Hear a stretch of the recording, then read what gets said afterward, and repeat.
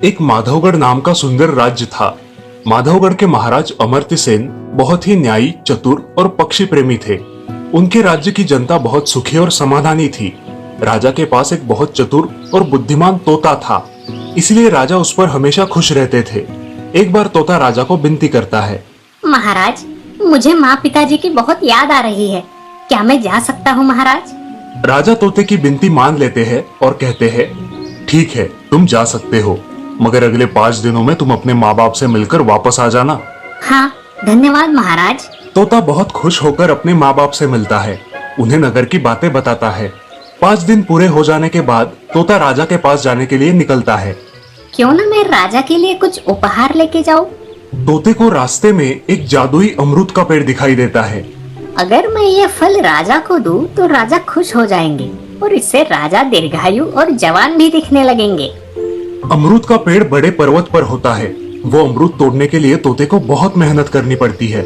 मेहनत करने के कारण तोता थक जाता है और रात के समय वहीं रुककर सुबह जल्दी निकलने का निश्चय करता है। रात के समय एक जहरीला सांप वहां आकर वो अमरूद खाता है। इसके कारण वो अमरूद जहरीला हो जाता है। इस बात का पता ना होने के कारण तोता वही अमरूद लेकर राजा के पास आता है। राजा को तोता अमरूद खाने के लिए देता है। तभी एक मंत्री, महाराज, हमारे राज्य के नियम अनुसार राजा को देने वाली सब चीजें पहले चखी जाती है, इसीलिए ये अमरूद भी चखना पड़ेगा। ठीक है, ये लो अमरूद। मंत्री वो अमरूद पहले एक कुत्ते को खिलाते हैं। कुत्ता वो अमरूद खाते ही तड़प तड़प के मर जाता है। ये देखकर राजा बहुत क्रोधित होते हैं। राजा क्रोध में तोते का सिर धड़ से अलग कर देते हैं। राजा वो फल उठाकर बाहर फेंक देते हैं। कई साल बाद उसी जगह पर एक अमरूद का पेड़ उगता है। पेड़ पर कई अमरूद लगते हैं। ये देखकर राजा अपने राज्य में सूचित कर देता है कि इस पेड़ के अमरूद को कोई नहीं खाएगा, क्योंकि ये पेड़ भी उस अमरूद की तरह जहरीला है। ऐसे ही एक दिन एक बूढ़ा आदमी राज्य में आकर उस अमरूद के पेड़ के नीचे विश्राम करता है। उस बूढ़े आदमी को इस पेड़ के बारे में कुछ भी पता नहीं होता। भूख लगने की वजह से वो बूढ़ा आदमी पेड़ से एक अमरूद निकालकर खाता है। अमरूद खाकर वो बूढ़ा आदमी जवान हो जाता है। जहरीले पेड़ के अमरूद खाकर एक बूढ़ा आदमी जवान हो गया, ये खबर नगर में आग की तरह फैल जाती है और ये बात मंत्रियों ने राजा को बताई। राजा को इस बात पर विश्वास ही नहीं हुआ। ऐसा कैसे हो सकता है? जहरीले पेड़ के फल भी जहरीले ही होते हैं ना। राजा सच्चाई जानने के लिए उस अमरूद के पेड़ के पास आता है। राजा सभी के सामने एक अमरूद एक सैनिक को खाने देता है। अमरूद खाते ही वो सैनिक और जवान दिखने लगता है।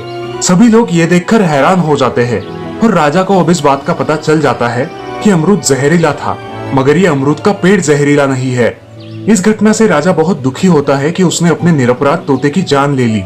राजा को एहसास होता है कि किसी भी गुनहगार को सजा करने से पहले उसकी गलती है या नहीं ये देख लेना चाहिए। तो दोस्तों, इस कहानी से हमें ये सीख मिलती है कि कोई भी निर्णय जल्दबाजी में नहीं लेना चाहिए, विचार करके ही निर्णय लेना चाहिए। एक वक्त की बात है, राजा नहुष अपने राज्य में बड़ा सुखी जीवन जी रहे थे। राजा नहुष के राज्य में किसी को कोई कमी नहीं थी। वहाँ पर हरियाली ही हरियाली थी। सब कुछ ठीक चल रहा था कि एक दिन अचानक से भस्मासुर नाम का एक जादूगर राजा नहुष के राज्य में आ गया, जिसे वरदान था कि वो जिसके भी सिर पर हाथ रखे वो भस्म हो जाए। अचानक से महाराज के राज्य में भस्मासुर आने के कारण उथल पुथल मच चुकी थी। ये खबर लेकर एक सैनिक महाराज के पास आया और महाराज से, महाराज की जय हो। महाराज, हमारे राज्य की सीमा पर कोई भस्मासुर नामक जादूगर ने प्रवेश किया है। कहा जाता है कि वो जिस किसी चीज या किसी के भी सिर पर हाथ रख दे तो वो भस्म हो जाता है। महाराज महाराज ये बात सुनकर बहुत ही ज्यादा परेशान हो जाते हैं। साथ ही उन्हें गुस्सा भी आता है। वो खड़े रहकर, क्या भस्मासुर एक जादूगर? आखिर हमने उसका क्या बिगाड़ा था जो वो हमारे राज्य में आकर लोगों को परेशान कर रहा है? हमें अभी उसको सबक सिखाना पड़ेगा। महाराज के ऐसे कहते ही उनका सेनापति महाराज से, महाराज, आप सत्य कह रहे हो, लेकिन इस वक्त हमें शांतिपूर्वक कार्य करना चाहिए। अगर हम जल्दबाजी में कोई कदम उठाएं तो वो कुछ गलत न हो जाए। महाराज, हम कुछ ज्यादा ही क्रोधित हो चुके थे, जिस कारण हम गलत फैसला भी कर सकते थे। अवश्य महाराज, हमें इस पर कोई सोच विचार करके ही कदम उठाना चाहिए ताकि हमारी प्रजा पर कोई बुरा प्रभाव ना पड़े। महाराज और सेनापति की बात चल रही थी कि तभी दूसरा सिपाही खबर लेकर वहां पर आता है। तो महाराज उससे, क्या खबर है उस जादूगर भस्मासुर की? महाराज, अब उसने हमारे राज्य में प्रवेश कर लिया है महाराज। हमारे सभी सैनिक उससे लड़ने में असमर्थ है। उसके सामने जो भी आए उसे वो भस्म कर देता है महाराज, फिर वो कोई इंसान हो या जानवर। क्या? अब तो हद हो चुकी है। अब हमें ही कुछ करना होगा। हमारे सारे सैनिकों को आगाह कर दिया जाए कि किसी भी वक्त हमें युद्ध के लिए जाना पड़ सकता है। सेनापति बीच में ही, महाराज, अगर हम हमारे राज्य के सारे जादूगरों को इकट्ठा कर भस्मासुर से लड़ने कहे तो? अवश्य सेनापति, आप तुरंत ही राज्य के सारे जादूगरों को यहाँ लेकर आओ। साथ ही राज्य के लोगों तक ये संदेश भिजवा दिया जाए कि जो भी इस भस्मासुर से हमारे राज्य को बचाएगा उसे हम एक बहुत बड़ा इनाम देंगे। सेनापति और सैनिक वहां से तुरंत ही अपना काम करने के लिए निकल पड़ते हैं। महाराज भी सोच में पड़ जाते हैं कि आखिर अब क्या किया जाए। सभी और हाहाकार मच चुका था। देश के सभी लोग बहुत डर चुके थे और वो घर में चुपकर बैठने लगे थे। कोई घर से बाहर आना ही नहीं चाहता था। देश की सारी गलियां जो लोगों से हमेशा ही भरी रहती थी वो अब सूनी पड़ चुकी थी। अब ये बात महाराज नहुष की पुत्री सुमित्रा तक पहुंच चुकी थी, जो कि एक बहुत ही बढ़िया नर्तकी थी। साथ ही वो एक वीर योद्धा भी थी। अब वो भस्मासुर नामक जादूगर के बारे में सुनकर तुरंत ही अपने पिताजी के पास राज्यसभा में प्रवेश करती है, जहाँ पर राज्य के सारे अधिकारी बैठे विचार विमर्श कर रहे थे। तभी राजकुमारी सुमित्रा महाराज से, प्रणाम पिताजी, मैंने जो सुना है क्या वो सब सच है? हाँ पुत्री, अब तुम्हें क्या बताएं कि राज्य की हालत कैसे क्या हो चुकी है। हमने ऐसी कौन सी गलती की है जिसकी सजा ये जादूगर हमें देना चाहता है? महाराज की बात पूरी हुई भी नहीं थी कि राजकुमारी महाराज से, महाराज, मैं आपकी पुत्री सुमित्रा उस जादूगर से मिलना चाहती हूँ। महाराज के साथ साथ सारे अधिकारी भी चौंक जाते हैं। महाराज सुमित्रा से, तुम जानती नहीं, वो बहुत शक्तिशाली है। अगर वो सिर्फ किसी के सिर पर हाथ रख दे तो तुरंत वही भस्म हो जाता है। सभी लोग इतने डरे हुए हैं कि उसका सामना कोई नहीं करना चाहता। पिताजी, मुझे एक मौका तो दीजिए ताकि मैं आपको दिखा सकूं कि मैं आप ही की पुत्री हूँ। ठीक है पुत्री, अगर तुम्हारे भाई यहाँ होते तो शायद ही तुम्हें इस जादूगर का सामना करना ना पड़ा होता। तभी सुमित्रा महाराज का आशीष लेकर वहाँ से निकल पड़ती है। सुमित्रा दिखने में बहुत ही सुंदर थी। उसकी सुंदरता की चारों कोसों में चर्चा थी। तो जैसे ही सुमित्रा जादूगर के सामने जाती है तो उसे देखकर भस्मासुर राजकुमारी सुमित्रा की ओर देखता ही रह जाता है। वो उसके प्यार में पड़ जाता है। राजकुमारी सुमित्रा सोच विचार कर वहाँ सज धज कर आई थी। तो भस्मासुर सुमित्रा से, हे सुंदरी, तुम कौन हो? इतनी सुंदर लड़की मैंने आज तक नहीं देखी। क्या तुम मुझसे शादी करना चाहोगी? भस्मासुर की बात सुनकर सुमित्रा थोड़ी सी शर्माने का नाटक करते हुए भस्मासुर से, जी अवश्य, मैंने आपकी ताकत के बड़े चर्चे सुने हैं। ये बात सुनते ही भस्मासुर को अपने आप पर गर्व होता है और वो खुश हो जाता है। तभी सुमित्रा, मैं आपसे शादी करने के लिए तैयार हूँ, लेकिन मैंने भगवान के मंदिर में अपनी शादी से पहले अपने होने वाले पति के साथ नृत्य करने का व्रत कहा था, तो आपको मेरे साथ वहाँ नृत्य करना होगा। क्या आप मेरे साथ वहाँ नृत्य करेंगे? भस्मासुर सुमित्रा की सुंदरता देखकर उसके प्यार में इतना ज्यादा पागल हो चुका था कि सुमित्रा जो कहे वही वो कर रहा था। अब बातों बातों में सुमित्रा उसे मंदिर लेकर जाती है और उसके साथ एक सुंदर सा नृत्य करने लगती है। वो जैसा जैसा नृत्य करे वैसे ही वो करने लगा था। अब नृत्य रंग में आने लगा था कि सुमित्रा ने अपना हाथ अपने सिर पर रख दिया। जैसे ही सुमित्रा ने अपने सिर पर हाथ रखा, भस्मासुर ने भी अपना हाथ खुद के ही सिर पर रख दिया। अब भस्मासुर खुद ही राख हो चुका था। सुमित्रा ने उसके वरदान को ही उसका शाप बना दिया। राजकुमारी सुमित्रा की ये चालाकी देखकर सारे लोग चौंक जाते हैं और उसकी जय जयकार करने लगते हैं। अब राज्य में सभी लोग फिर से खुशी खुशी रहने लगे। सारी ओर खुशियाँ ही खुशियाँ फैल चुकी थी। अब महाराज ने अपने राज्य की गद्दी पर राजकुमारी सुमित्रा का ही राज्याभिषेक करवाया। राधानगर नाम का एक राज्य था, जहाँ के महाराज सुदर्शन बहुत ही उदार दिल और प्रजा का ख्याल रखने वाले इंसान थे। लेकिन महाराज की कोई संतान नहीं थी, जब भी महाराज के मन की स्थिति खराब होती थी तो वो शिकार करने के लिए जंगल में अपने कुछ साथियों को लेकर चले जाते थे। ऐसे ही एक दिन महाराज शिकार करने के लिए निकलते हैं। घोड़े पर बैठकर वो जंगल में काफी अंदर तक जा चुके थे, जहाँ महाराज को एक आश्रम दिखाई पड़ता है। वो देख महाराज सैनिक से, पता करो यहाँ पर आश्रम किसने बनवाया है। जो आज्ञा महाराज। सैनिक वहाँ से आश्रम के अंदर जाता है और सारी जानकारी लेकर महाराज के पास आता है और महाराज से, महाराज, ये आश्रम किसी ऋषि आगाज जी का है जो एक सिद्ध पुरुष माने जाते हैं। अच्छा, तो हम भी उनसे मिलना चाहते हैं। अब महाराज ऋषि मुनि से मिलने के लिए उनके आश्रम में चले जाते हैं। वहां जाकर उनसे आशीष लेते हैं। वो ऋषि एक सिद्ध पुरुष थे, तो उन्हें महाराज के अंदर की बेचैनी झट से पता चल जाती है। वो महाराज से, राजन, ये प्रसाद लो और तुम घर जाकर ये प्रसाद अपनी पत्नी को खिला देना। इस प्रसाद के कारण तुम्हारे राज्य के लिए तुम्हें 6 वारिस मिल जाएंगे और तुम्हारी प्रतिष्ठा भी बढ़ जाएगी। लेकिन ये बात हमेशा याद रखना, तुम और तुम्हारी पत्नी कभी किसी के साथ बुरा बर्ताव नहीं करोगे। राज्य के हर एक आदमी की जिम्मेदारी तुम्हारी होगी। तुम्हारे पास सब कुछ आ जाने के बाद भी तुम सिर्फ ऐशो आराम की जिंदगी नहीं जियोगे, हर इंसान को एक समान स्थान दोगे।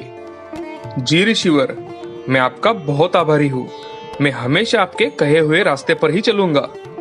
अब महाराज ऋषि का आशीष लेकर महल वापस लौट आते हैं और अपनी पत्नी उर्मिला को घटी सारी घटनाएं बताते हैं। और उस ऋषि का दिया प्रसाद खाने के बाद महारानी उर्मिला कुछ ही सालों में 6 पुत्र और 1 पुत्री को जन्म देती है। अब वो सभी धीरे धीरे बड़े होते हैं। महाराज की दिन ब दिन प्रतिष्ठा बढ़ती ही जा रही थी। उसके पुत्र अब राज्य संभालने की जिम्मेदारियों को पूरा करने के लिए दूर देश में चले जाते हैं। यहाँ महाराज सुदर्शन की पत्नी उर्मिला को अपने पति की प्रतिष्ठा पर गर्व होने लगा था। अब वो गरीबों को अपने पैरों की धूल समझने लगी थी, तो सभी दास दासियां महारानी से बात करने से भी डरने लगी थी। अब एक दिन महाराज ऋषि की कोई बात भूले तो नहीं, इसकी परीक्षा लेने के लिए ऋषि भिखारी का रूप लेकर महाराज सुदर्शन के राज्य में आते हैं और महल के सामने आकर एक सैनिक से, भाई, मुझे महाराज जी से मिलना है। तुम जो भी हो इस राज्य में नए नजर आ रहे हो। भाई, कौन हो तुम? मैं वही हूँ बेटा, जिसके प्रसाद के कारण तुम्हारी रानी को 6 पुत्र और 1 पुत्री हुई है। क्या पागल तो नहीं हुए तुम? तुम्हें देखकर कोई भी पहचान जाएगा कि तुम एक भिखारी हो। देखो बेटा, किसी के पहनावे से तुम उसकी पहचान तो नहीं कर सकते ना। तभी महारानी जी बाहर से अपनी सहेलियों के साथ डोली में बैठकर आ रही थी। ये देख सैनिक उस ऋषि से, महाशय, आप यहाँ पीछे आ जाइए, मैं आपकी मुलाकात महाराज से करवा दूंगा। लेकिन उसके पहले आप यहाँ पीछे आ जाइए, महारानी जी आ रही है। अगर उन्होंने आपको यहाँ देख लिया तो वो बहुत गुस्सा हो जाएगी। ऐसा कभी नहीं होगा बेटा, मैं महाराज से बाद में मिल लूंगा। पहले तो मैं महारानी जी से ही मिलना चाहता हूँ। भिखारी जैसे दिखने वाले ऋषि को देखते ही महारानी डोली से बाहर निकलती है और ऋषि से, अरे ओ बूढ़े, यहाँ क्या कर रहे हो? चलो निकलो यहाँ से। महारानी की यह बात सुनकर ऋषि को बहुत ज्यादा गुस्सा आ जाता है। तभी ऋषि अपने असली रूप में आ जाते हैं और असली रूप में आकर महारानी से, तुम्हें अपने आप पर बहुत घमंड आ चुका है महारानी। याद रखना, अगर मेरी कृपा से तुम निपुत्रिक से पुत्रिक हो सकती हो तो मेरे श्राप से तुम्हारी ये सारी प्रतिष्ठा भी चली जाएगी। तुम्हारी ये जिंदगी पूरी तरह से बदल जाएगी। मेरी ये बातें याद रखना। ऋषि की ये बात सुनकर महारानी को कोई फर्क नहीं पड़ता।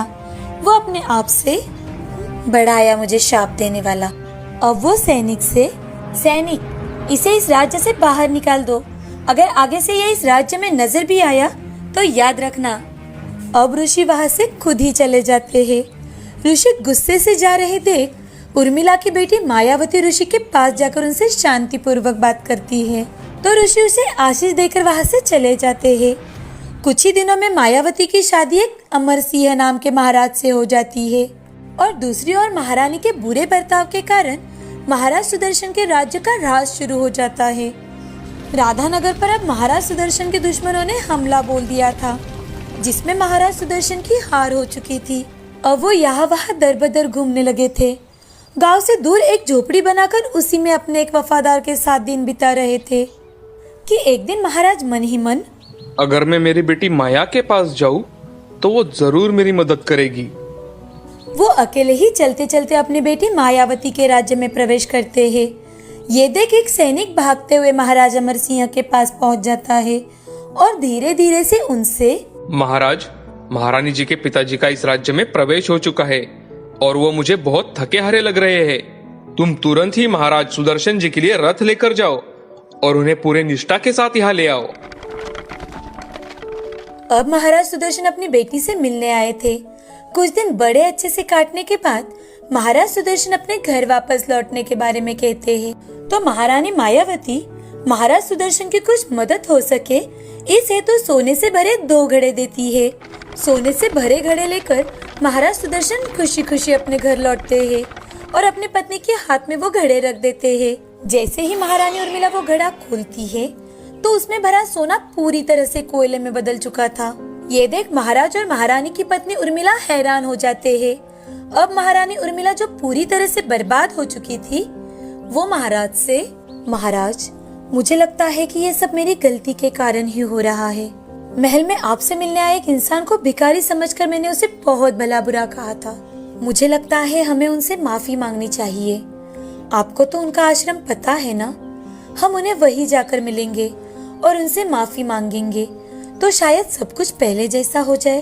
अब महाराज और महारानी दोनों मिलकर ऋषि आगास के आश्रम में चले जाते हैं। वहां जाकर वो उनसे माफी मांगते हैं और महारानी ऋषि आगास से, हे ऋषिवर, मुझे क्षमा कर दीजिए। मेरी गलती के कारण हमारा पूरा राज्य क्रूर राजा के हाथ में चला गया है। मुझे अपनी गलती का एहसास हो चुका है। इसके आगे कभी भी मैं अपनी प्रतिष्ठा पर गर्व नहीं करूंगी। मुझे क्षमा कर दीजिए ऋषिवर। अब धीरे धीरे सब कुछ महाराज के पास लौट आता है और सब कुछ पहले जैसा हो जाता है। अब राज्य में सभी खुशी खुशी रहने लगते हैं। दोस्तों, इस कहानी से हमें ये सीख मिलती है कि चाहे हमारी प्रतिष्ठा कितनी भी ज्यादा बढ़ जाए, हमारे पास कितनी भी संपत्ति आ जाए, हमें उस पर गर्व नहीं करना चाहिए। किसी भी चीज का गर्व हमें समुंदर की खाई में ढकेल देता है।